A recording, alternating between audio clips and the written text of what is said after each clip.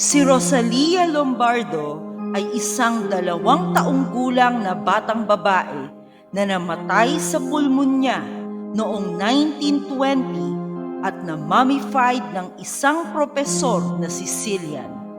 Ang kanyang mga mata ay sinasabing kumukurap sa Capuchin Catacombs ng Palermo, Italy, kung saan siya ay isa sa pinakamaganda na napreserbang mami sa buong mundo. Pag-aralan natin ang tungkol sa kanyang kasaysayan, mga X-ray scan at optical illusion sa video na ito. Bago tayo magpatuloy, ako po si Shani, ang inyong storyteller ng mga nakakatakot, nakakataka at mga hindi maipaliwanag na mga pangyayari sa 4 na sulok ng mundo. Kung katulad kitang mahilig sa mga misteryosong mga kwento, mag-subscribe na para updated ka lagi sa ating weekly stories na hindi mo pwedeng palagpasin. Tara, umpisahan na natin ang kwentuhan.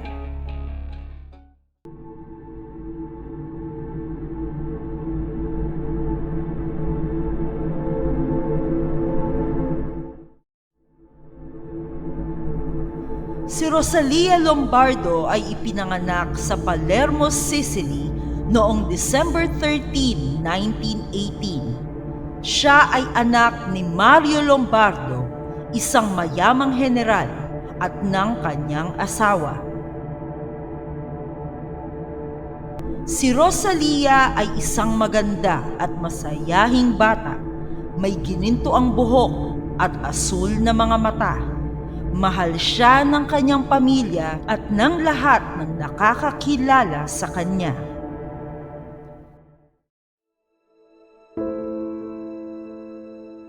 Sa kasamaang palad, ang buhay ni Rosalia ay maagang naputol ng isang nakamamatay na sakit.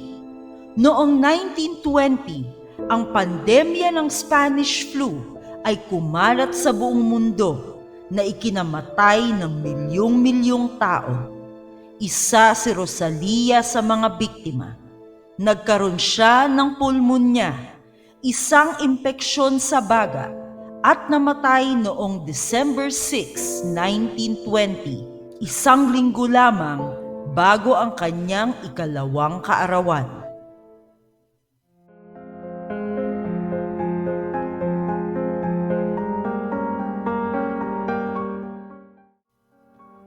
Ang kanyang ama ay lubos na nasaktan sa kanyang pagkawala at ninais niya na panatilihin ang kanyang pisikal na anyo magpakailanman.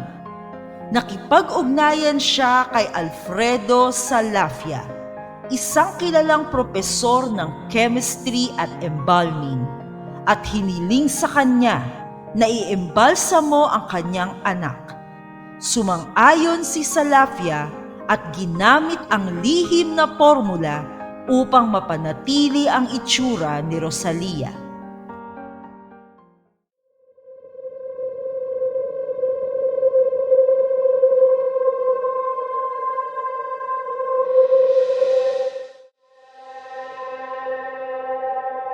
Tinurukan ni Salafia ang katawan ni Rosalia ng pinaghalong formalin, glycerin, zinc salts, salicylic acid at alcohol.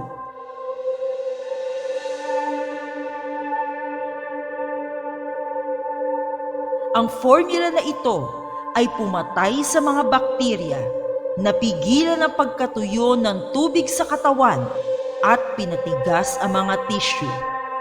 Nilagyan din ni Salafia ng wax coating ang balat at buhok ni Rosalia upang protektahan sila mula sa hangin. Pagkatapos ay binihisan siya ng isang puting damit at isang silk ribbon at inilagay siya sa isang kabaong na nababalutan ng salamin.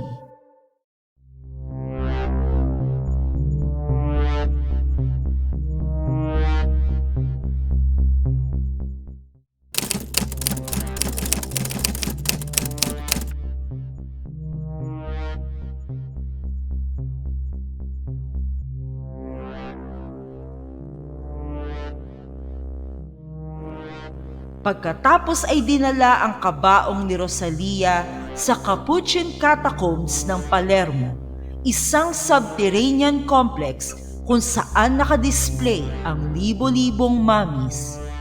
Si Rosalia ay isa sa mga huling bangkay na ipinasok sa mga catacombs. Hindi nagtagal ay nakilala siya bilang Sleeping Beauty ng Capuchin Catacombs dahil sa kanyang parang buhay na itsura at mapayapang ekspresyon.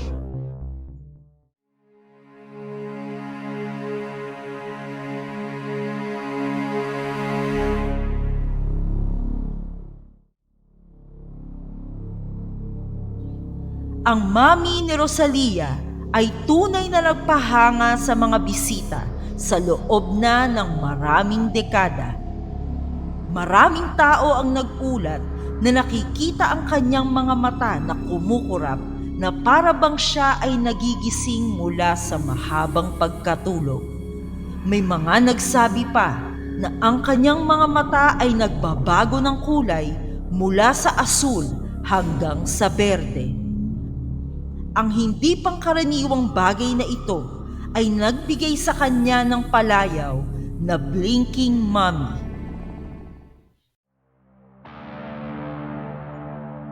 Ngunit, paano ito naging posible? Buhay nga ba si Rosalia? O may sayantipikong paliwanag ang kanyang kumukurap na mga mata?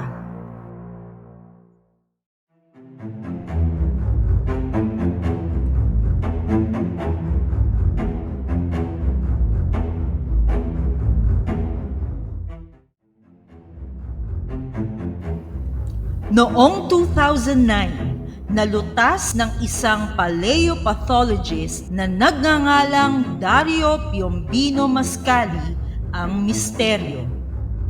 Natuklasan niya ang isang sulat kamay na manuskrito ni Salafia, kung saan inihayag niya ang kanyang formula sa pag-eembalsamo. Sinuri din niya ang katawan ni Rosalia gamit ang X-ray at iba pang mga pamamaraan at nalaman na ang kanyang mga internal organs ay kapansin-pansing hindi nabulok. Ipinaliwanag din ni Piombino Mascali na ang mga mata ni Rosalia ay hindi lubusang nakapikit, bahagyang nakabukas ang mga ito na nagpapakita ng kanyang mga asul na mata. Ang kumukurap na epekto ay sanhi ng isang optical illusion na ginagawa na nagbabagong liwanag na pumapasok sa mga bintana ng catacombs. Depende sa anggulo at tindi ng liwanag, ang mga mata ni Rosalia ay maaaring makita ng higit pa o maaari ding magmukhang nakapikit, at ang kanyang mga iris ay maaaring magpakita ng iba't ibang kulay.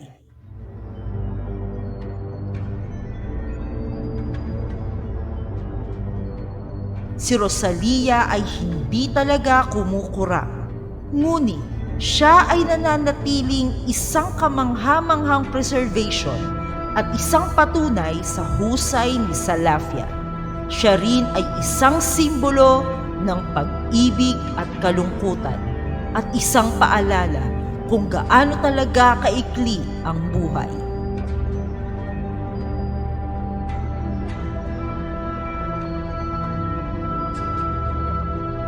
Si Rosalia Lombardo ay isa sa pinakasikat at pinakamagandang mami sa mundo at patuloy niyang binibihag at nagbibigay misteryo sa mga tao hanggang ngayon.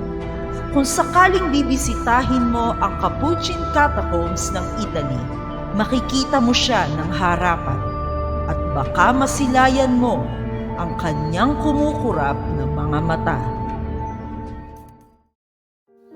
Kung nagustuhan mo ang video na ito, huwag kalimutang pindutin ang like button at i-share ito sa iyong mga kapwa mystery seekers. Mag-subscribe na rin sa ating channel para sa marami pang content na tulad nito at pindutin ang bell icon upang hindi maiwan sa ating mga weekly videos. See you next time mga kakwentuhan. Bye!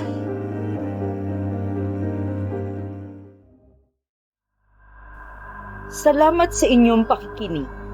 Hanggang sa susunod nating kwentuhan sa dilim.